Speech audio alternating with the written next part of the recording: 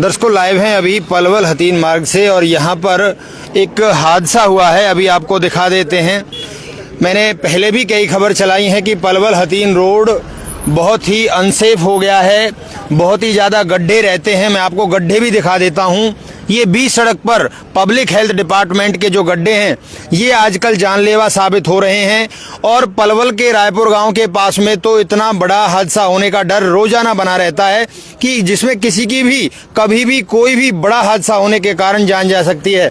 ऐसा ही हादसा अभी पलवल हथीन मार्ग पर हुआ है, पीयूष सिटी के सामने, बिल्कुल सामने हुआ है। और ये देखिए यहाँ पर पुलिस प्रशासन की डायल 112 भी पहुंच गई है और कुछ लोग भी यहाँ मौजूद हैं। और देखिए सामने एक गाड़ी से टकराने के कारण इस नील गाय की ये देखिए दर्दनाक मौत हो गई है और अभी प्रशासन और गौरक्षक भी पहुंच गए हैं। मैं एक बार जानना चाहता हूं ये कब का मामला है, क्या हुआ है, पूरी बात जानता हूं यहाँ मौजूद लोगों से जिन्होंने पुलिस प्रशासन को भी बुलाया है।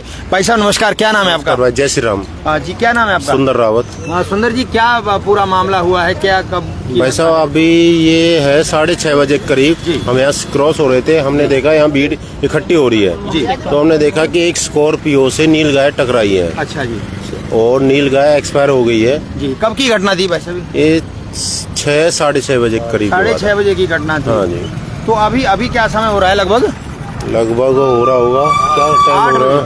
8 बजे। 8 बज रहे हैं। अब तक प्रशासन की कोई सुविधा नील गाय को मतलब इसका दाह संस्कार किया जाए, इसको दफनाया जाए, इसके लिए कोई सुविधा नहीं मिली है अभी तक। आपने किससे संपर्क किया है? अभी पुलिस तो पहुंची है यहाँ पर? MCF जो होती है, जो अपना नगर परिषद उनसे संपर्क किया है। वो उन्होंने बोल दिया हम तो सुबह काम करते हैं जी, हमारी 6 बजे छुट्टी हो जाती है। अच्छा। रात को हमारा काम नहीं होता है इस चीज के लिए।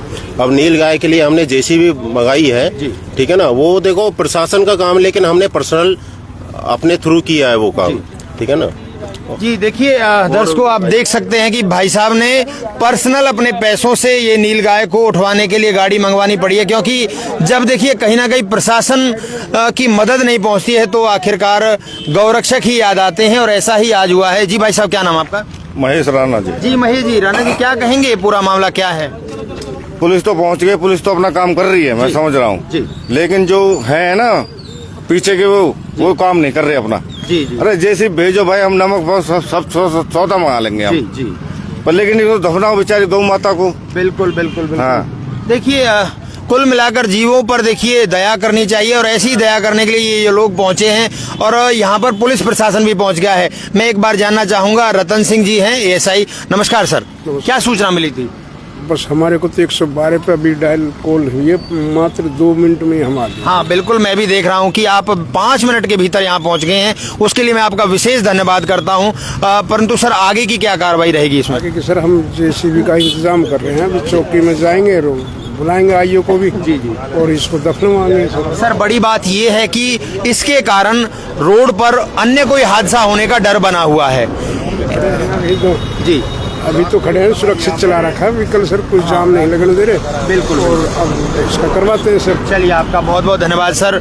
और देखिए ऐसे ही पुलिस प्रशासन यहाँ पर पहुँचा है पूरी मुस्तैदी से। देखिए ये तो अपना काम कर रहे हैं, परंतु बाकी जो डिपार्टमेंट्स हैं, जो एनिमल वेलफेयर सोसाइटीज़ हैं और भी हैं, वेटनरी जो हॉस्पिटल्स हैं, आखिरकार देखिए उनकी जिम्मेदारी बनती है कि इस प्रकार के जब हादसे हो जाते हैं तो उनको मौके पर पहुँचना चाहिए।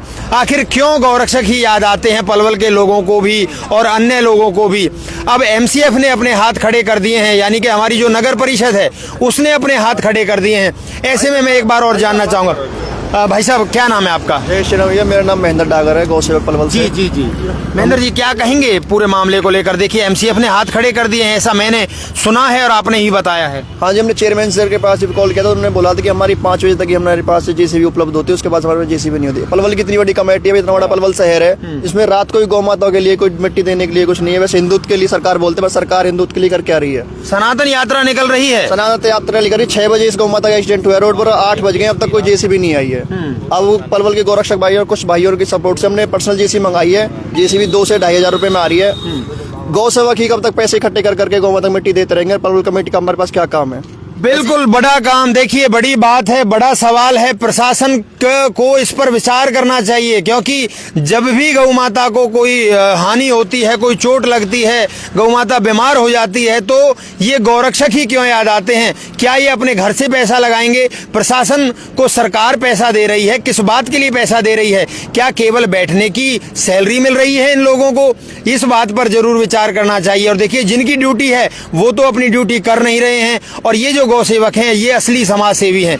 इन लोगों को समाज सेवा करनी पड़ रही है। इन लोगों के भीतर दर्द है कि आखिरकार ये जो गौवंश है इसको आखिरकार क्या केवल इनकी ही ड्यूटी बनती है? भैया और क्या कहना चाहोगे प्रशासन को? प्रशासन से मैं यही कहना चाहूंगा कि गौरात के लिए भी एक जेसीबी का इंतजाम किया जाए, जो गौवंश को एक्सीडेंट हो जाते हैं उनके लिए मिट्टी देने के लिए कार्य किया जाए। और जो ये हाईवे आप देख रहे हैं कि बड़े बड़े झुंड हो गए हैं, इनकी भी कमेटी को कुछ करना चाहिए या फिर सरकार को देखना चाहिए।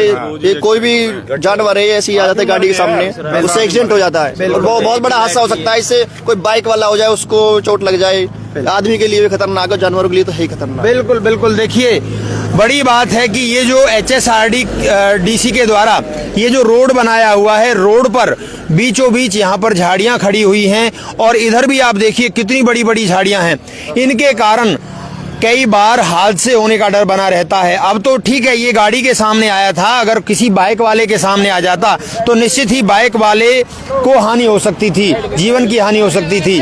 और पुलिस प्रशासन मौके पर पहुंचा है, इसकी तो बहुत तारीफें की जाएंगी, परंतु बाकी जो अन्य डिपार्टमेंट्स हैं जिनकी ये जिम्मेदारी बनती है, HSRDC रोड है, और टोल फ्री नंबर पर भी अगर हम कॉल करते हैं तो वो लोग भी हाथ खड़े कर देते हैं। ये बड़ी बात है, उन लोगों की भी मदद नहीं मिलती। अब बात ये आती है कि प्रशासन को इन गौरक्षकों के साथ में टाई अप करना चाहिए, इन लोगों को मदद देनी चाहिए, फाइनेंशियली भी और एम्बुलेंस के द्वारा भी, जेसीबी के द्वारा भी, जिससे ये लोग सही समय पर हादसे होने से बचा सकें, और जो गौवंश इस तरह से एक्सीडेंट हो जाता है उसको भी ये मिट्टी दे सकें, यानी कि उसका अंतिम संस्कार कर सकें। ये एक बड़ा सवाल है। सर, मैं एक बात और जानना चाहूँगा रतन सर आपसे। देखिए, ये जो HSRDC के द्वारा रोड बनाया हुआ है, इसमें बहुत ज़्यादा गड्ढे हैं। आखिरकार जब एक्सीडेंट हो जाता है तो डायल 112 की जाती है, आपको ही बुलाया जाता है।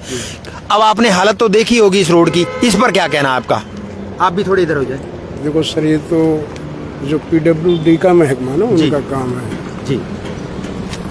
रोड तो टूटा हुआ है ना सर? हाँ, थोड़ा आगे है। हाँ, देखिए किसी की जान भी जा सकती है ऐसे में। सबको पुलिस याद आती है, अब हमें भी पुलिस याद आई है, और आप यहाँ पहुँच भी गए हैं। बाकी जी, अब बाकी जिनकी जिम्मेदारी बनती है इसको उठाने की, वो यहाँ पर दिखाई भी नहीं दे रहे हैं। तो निश्चित जी सर, आपका तो मैं विशेष धन्यवाद करता हूँ। और सुंदर जी, देखिए ऐसे मामलों पर जब गौरक्षक की मदद नहीं होती है तो गौरक्षक कहीं ना कहीं उदास हो जाते हैं, निराश हो जाते हैं। अपनी जेब से वो पैसा कहाँ खर्च करें? अपना घर भी चलाना होता है, प्रशासन को इस बात की सैलरी भी मिलती है। इस पर क्या कहना आपका? देखो, गोवंश के लिए ना जो गो भक्त खड़े हैं वो हमेशा खड़े रहेंगे।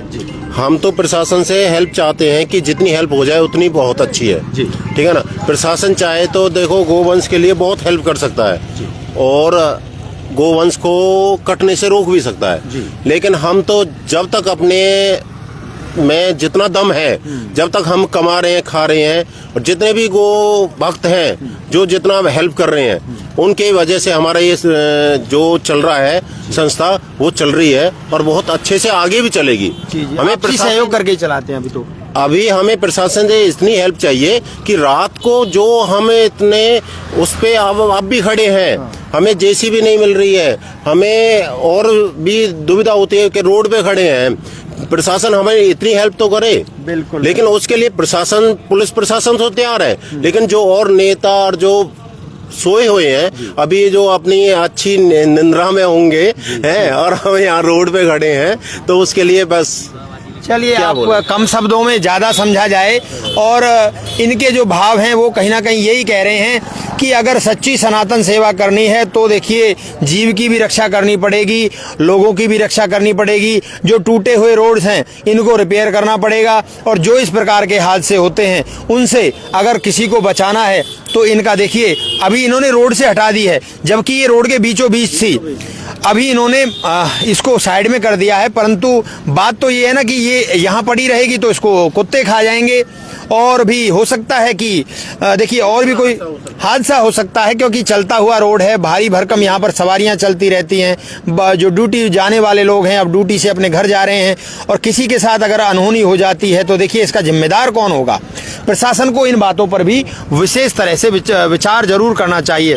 तो साथियों, मैं इस वीडियो को तो यहीं एंड करने जा रहा हूं, परंतु ये जो मेरा सवाल है ये हमेशा के लिए खड़ा रहेगा कि क्या इस प्रकार के हादसे होने का जो इंतजार प्रशासन ऐसे ही करता रहेगा? क्या कोई इसके लिए प्लानिंग की जाएगी? क्या इन गौरक्षकों की मदद की जाएगी? ये सारे सवाल अभी भी अनसुलझे हैं। तो देखिए, अब हम उम्मीद करते हैं कि प्रशासन आए और इसे यहाँ से उठवाए और इसका अंतिम संस्कार करवाए। बहुत बहुत धन्यवाद और वीडियो को ज़्यादा से ज़्यादा शेयर करें। देखिए, सच्चे सनातनी होने का अर्थ तो यही है कि जीवों की भी रक्षा की जाए, पशु पक्षियों की भी रक्षा की जाए और हर प्राणी की रक्षा की जाए। यही सनातन का एक जो संदेश है। वीडियो को शेयर करें। आपका बहुत बहुत धन्यवाद। जय श्री राम। नमस्ते।